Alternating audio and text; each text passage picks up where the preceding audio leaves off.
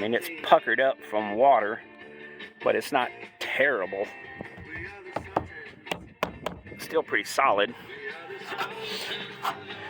So I think we're just gonna let it dry out a little bit, and then we got these pieces of tin we're gonna put up there.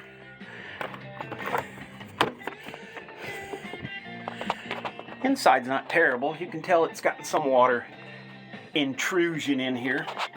I gotta get rid of this shit. It didn't insulate nothing.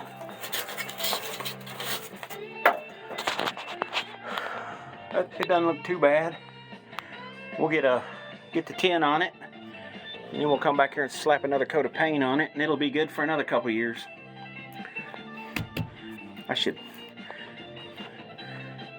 insulate the floor a little bit better though. Maybe put some, nah, I don't think I should put it under here because critters will get it and pull it out. Anyways,